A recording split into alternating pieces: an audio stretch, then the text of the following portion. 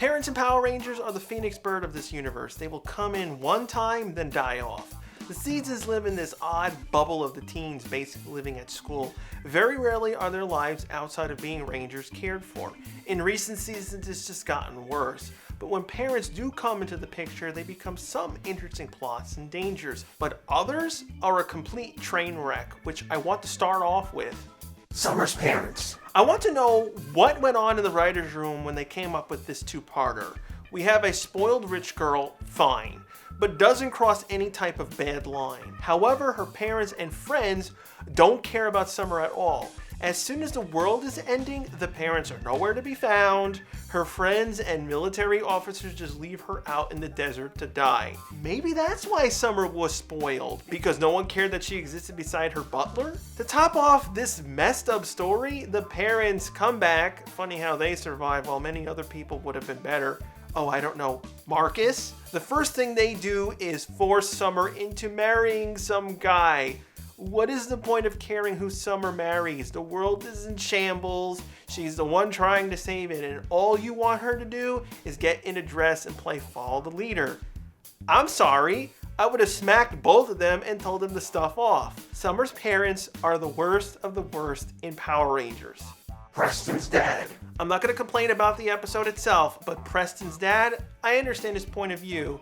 He's a businessman, you can't save everything in the world, there is progress and things get sacrificed, but wow! His way was beyond stupid. It felt vindictive, like he was taking out his wife's death on the tree. He didn't think of any type of compromise. On top of all this nonsense, was treating Preston like a tool. Yeah, he turns around and doesn't want to chop the tree up, but he shouldn't have done it in this way to begin with. It's a simple tree. They could have easily built it into a grotto-type lobby for the building, where people could place their ribbons whenever they felt like it, even open up a ribbon store to get some money, or just simply left the tree alone and built around it. It's just one tree. What a jerk. Ashley's grandmother. PR is action comedy. Those things usually work great together, but not in this episode. This is one of the few in-space stories that copies the Sentai episode 100%. The problem is, the grandmother isn't likable. She's trying to do all these things to help Ashley. It's just that she's too annoying, and frankly, it doesn't make much sense, because we know who Ashley is. The episode is more annoying than funny. The worst part is when the grandmother takes the cop car and gets involved with the monster. This all passes believability, then it's pretty much wrapped up and never brought up again. I know it was kind of there so that Ashley sees Andros in a better light. It was just one of those filler episodes that didn't need to happen. It just works better in Mega Ranger. Leave it there.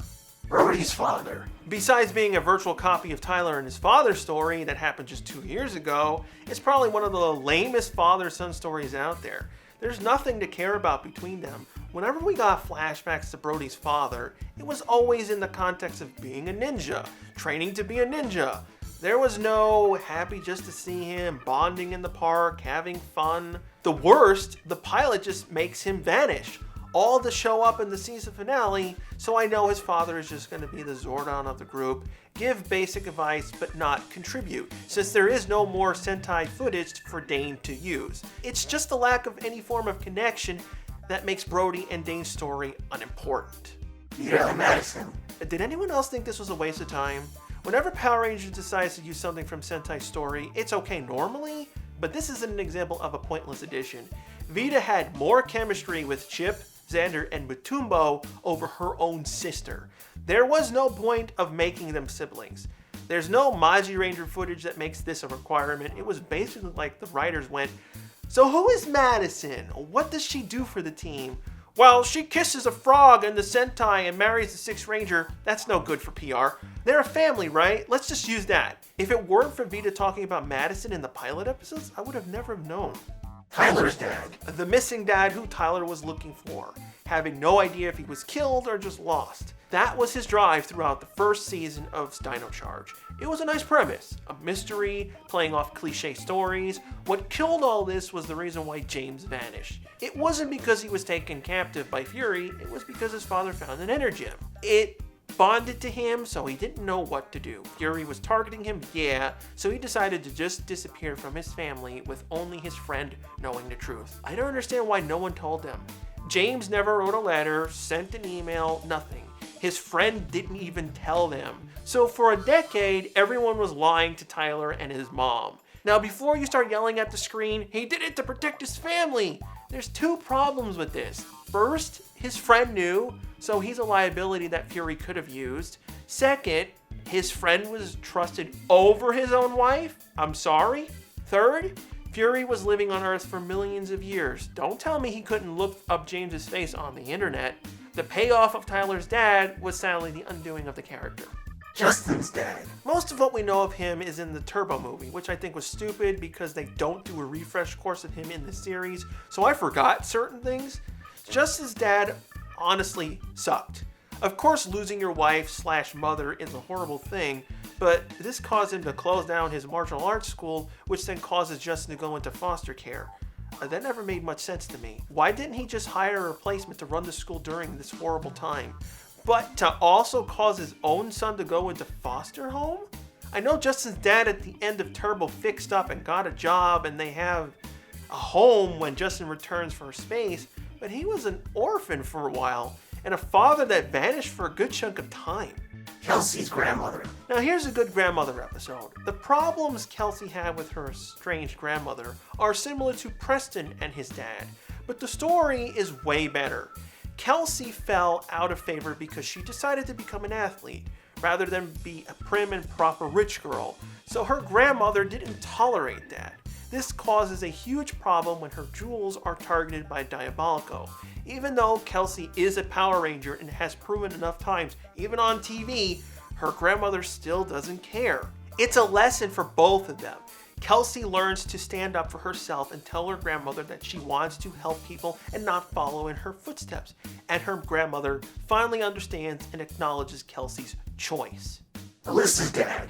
The most basic conflict a superhero deals with, besides rescuing a cat out of a tree, who do you tell your secret to? The reason why heroes struggle with this, on one hand, telling your closest friends and family allows you to talk about something from your other life. They can help out in various ways, either in a hero capacity or in an emotional one. On the other hand, this is now a huge risk. They can be targeted by the villains and you can slip up and overhear conversations at any time. This was the problem Alyssa had. Her father was really disappointed that she left her martial arts school. He didn't understand why it happened, so it was treated as a dishonor. This caused a rift between them for a while. He eventually found out she was the White Ranger. Only then their feud stopped. It's a type of conflict not really explored more often in PR. You want to protect a loved one, but at the same time, you could be damaging the relationship to the point of them leaving it anyway. Which side is right? Kim's parents. Kim's parents weren't all that much featured in MMPR, but that wasn't a bad thing. It's how their story was used throughout the 3 seasons.